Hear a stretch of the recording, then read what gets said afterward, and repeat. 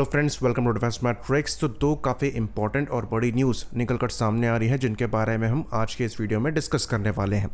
पहला जो है ये कावेरी इंजन को लेकर है। तो ये चीज़ हम जानते हैं कि कावेरी इंजन को लेकर एक मुहिम चलाई गई थी जहाँ पर सोशल मीडिया में लोगों द्वारा फंड कावेरी इंजन के नाम से हैशटैग चलाए जा रहे थे। और अब अच्छी न्यूज़ यहाँ पर निकलकर सामने ये आ रही है कि गवर्नमेंट ने इस प्रोग्राम की फंडिंग चालू करी है।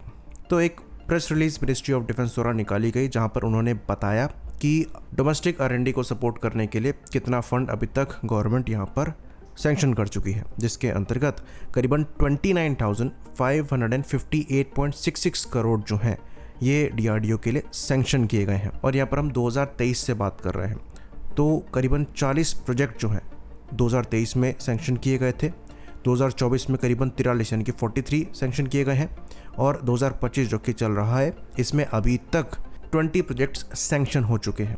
सबसे ज़्यादा फंडिंग 2024 में करी गई थी जो कि 22,175.49 करोड़ की थी। बात करें कावेरी की फंडिंग की तो ये चीज़ तो क्लियर है कि जो कावेरी का वेरिएंट LC-13 में लगना था उस पर काम नहीं किया जा रहा है, लेकिन जो कावेरी डेरिवेटिव इंजन है उसके लिए 700 करोड़ के ऊपर सैंक्शन किए जा चुके हैं, जिसमें दो प्रोजेक्ट चल रहे हैं। जिसमें पहला है फ्लाइट वर्दी कावेरी ड्राई इंजन डेवलपमेंट, जिसके लिए 472.42 करोड़ को सैंक्शन किया गया है। दूसरा है technology demonstration of Kaveri derivative engine, जिसके लिए 251.17 करोड़ को सैंक्शन किया गया है। तो ये इंजन जो है ये RPSA में लगने वाले हैं, यानी कि रिमोटली पायलटेड स्ट्राइक एयरक्राफ्ट, जो कि एक्चुअली आपका घातक UCAV है। और ये इंजन ऑलमोस्ट एडवांस स्टेटस पर है अपनी डेवलपमेंट की, और जो इंपॉर्टेंट ऑब्जेक्टिव्स हैं वो यहाँ पर पूरे हो चुके हैं। 49 किलो न्यूटन का यहाँ पर मैक्सिमम थ्रस्ट ये इंजन प्रोड्यूस कर रहा है ड्राई स्टेज पर, जो कि रिक्वायरमेंट को मीट कर रहा है।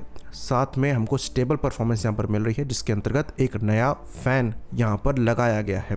तो अब हम ये चीज़ कॉन्फिडेंटली कह सकते हैं कि हमारे पास एक successful dry 4th generation jet engine है जो कि कावेरी डेरिवेटिव इंजन के फॉर्म में है, और जिसके लिए फंडिंग भी सफिशिएंट है। यहाँ पर 700 करोड़ की जो फंडिंग है ये कम नहीं है, क्योंकि यहाँ पर जो इंजन है हम स्क्रैच से नहीं बना रहे हैं, तो इस पर पहले से काम किया जा चुका है। अब इस पर हम फर्दर काम कर रहे हैं इंजन को ज़्यादा मैच्योर करने के लिए और फ्लाइट वर्दी बनाने के लिए। बाकी एक और इम्पॉर्टेंट चीज़ यहाँ पर मेंशन करी गई थी कि कई स्ट्रक्चरल रिफॉर्म भी किए गए हैं, जिसकी वजह से सिविल मिलिट्री जो पार्टनरशिप है उसको बढ़ाया जा सके और जो डिफेंस इकोसिस्टम है उसको इम्प्रूव किया जा सके। जैसे कि प्रोटोटाइप डेवलपमेंट के लिए DCPP मॉडल को निकाला गया, जहां पर DRDO द्वारा अगर कोई चीज़ डेवलप करी जा रही है तो इसको मैन्युफैक्चर कोई प्राइवेट फर्म कर रहा है। ATAGS और MGS जैसे एग्जाम्पल्स यहाँ पर मौजूद हैं। बाकी जो गवर्नमेंट की सर्टिफिकेशन एजेंसी है उनको भी डोमेस्टिक सिविल काउंटर पार्ट के साथ काम करने के लिए आगे बढ़ाया जा रहा है, स्पेशली जो UAVs हैं उनके सर्टिफिकेशंस के लिए, ताकि जो प्राइवेट मार्केट में डेवलपमेंट चल रहा है उसमें भी तेजी आए।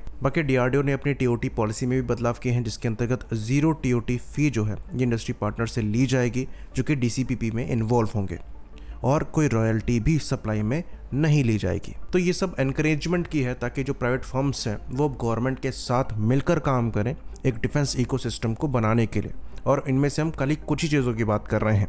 एक एग्जाम्पल इसका हम लेते हैं जो कि एक सफल परीक्षण हमारे द्वारा किया गया है उससे। तो DRDO द्वारा सक्सेसफुली फ्लाइट ट्रायल्स कंडक्ट किए गए हैं एडवांस्ड ULPGM V3 के, यानी कि UAV launched precision guided munition. तो ये बहुत क्रूशल कैपेबिलिटी टेस्ट करी गई है। यहाँ पर ये छोटे प्रिसीजन गाइडेड म्यूनिशन UAV से लॉन्च हो सकते हैं और आपको लीथल स्ट्राइकिंग कैपेबिलिटी प्रोवाइड कराते हैं स्टैंड ऑफ रेंजेस से।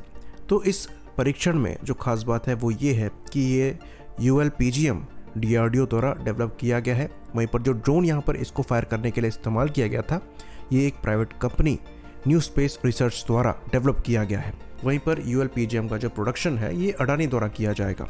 तो यहाँ पर ULPGM के V3 वर्जन को टेस्ट किया गया है, और V2 वर्जन के कंपैरिजन में यहाँ पर जो खास बात है वो ये है कि इसमें ड्यूल चैनल सीकर को लगाया गया है, जो कि डिफरेंट तरीके के टारगेट्स को स्ट्राइक करने में सक्षम है, और इसको खासकर ट्यून किया गया है प्लेन और हाई एल्टीट्यूड एरियाज में लॉन्च करने के लिए। तो इसको आप दिन में भी फायर कर सकते हैं, रात में भी कर सकते हैं, और 2-वे डेटा लिंक को भी यहाँ पर दिया गया है, जिसकी वजह से आपको लॉक ऑन आफ्टर लॉन्च की कैपेबिलिटी मिल जाएगी, यानी कि आप मिसाइल लॉन्च करने के बाद टारगेट को सेलेक्ट कर सकते हैं।